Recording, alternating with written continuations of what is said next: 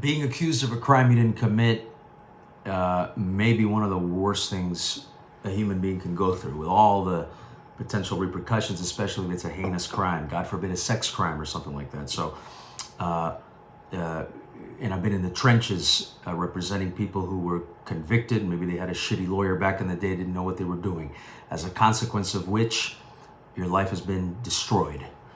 You'd be surprised, though, how much damage can be undone.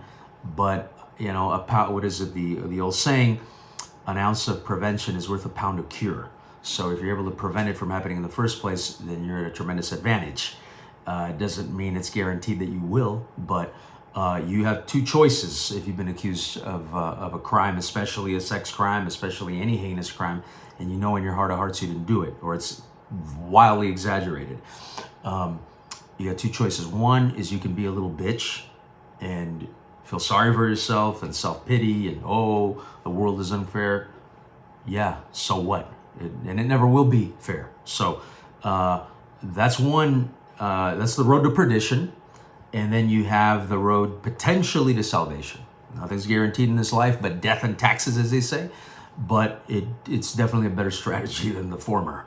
And what I mean is, I don't know if you've ever heard the saying, every accusation is a confession. The world is full of haters, full of enviers, full of people with negative motivations, not even necessarily motivated by the truth, if at all. So in many cases, those people have dirt and they're projecting. So, you know, they're pointing the finger at you, you did this or that, you know, what would embezzlement, sex crime, fraud, etc., whatever. It doesn't ultimately matter what it is. What you want to look at is Evidence Code Section 788. So that generally governs the following, okay? So that allows for the impeachment of a witness by showing a prior felony conviction or a misdemeanor conviction involving moral turpitude.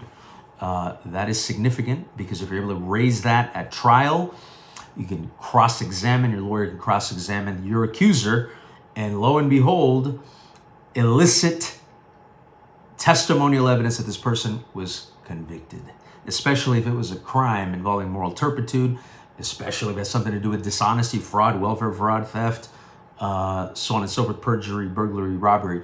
The DA has a significant problem on their hands suddenly. How do they rehabilitate somebody like that? So in another video, I'm going to show you how to dig that stuff up.